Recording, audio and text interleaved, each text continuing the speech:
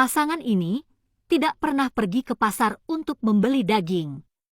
Tetapi toko daging mereka laku keras.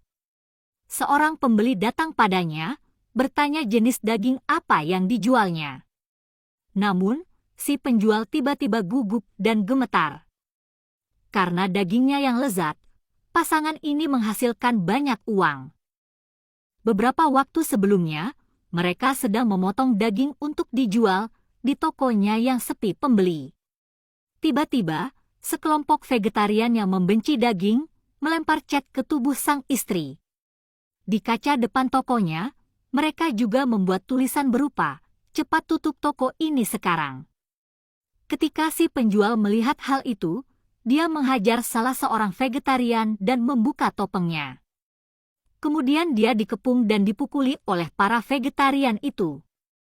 Setelah kejadian itu, si penjual tidak menelepon polisi.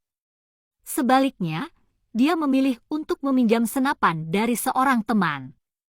Dia berniat memberi pelajaran kepada para pembuat onar. Ketika si penjual dan istrinya sedang dalam perjalanan pulang, tiba-tiba dia mengerem mendadak mobilnya. Hal itu dikarenakan, dari kaca spionnya, dia melihat seorang pengendara sepeda. Pengendara sepeda itu adalah orang yang membuat onar di tokonya. Untuk menghukumnya, si penjual daging sengaja menabraknya, dan dia pun rip di tempat. Mereka gugup dan tidak tahu harus berbuat apa. Maka si penjual memutuskan untuk memotong-motongnya menjadi beberapa bagian.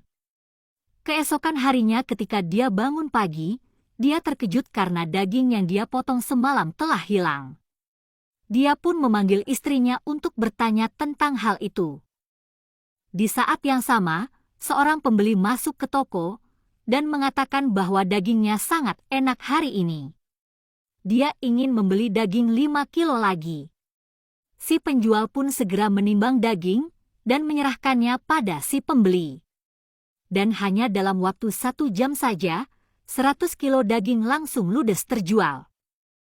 Karena daging di toko sudah habis, pasangan ini keluar toko pada tengah malam untuk mencari target baru.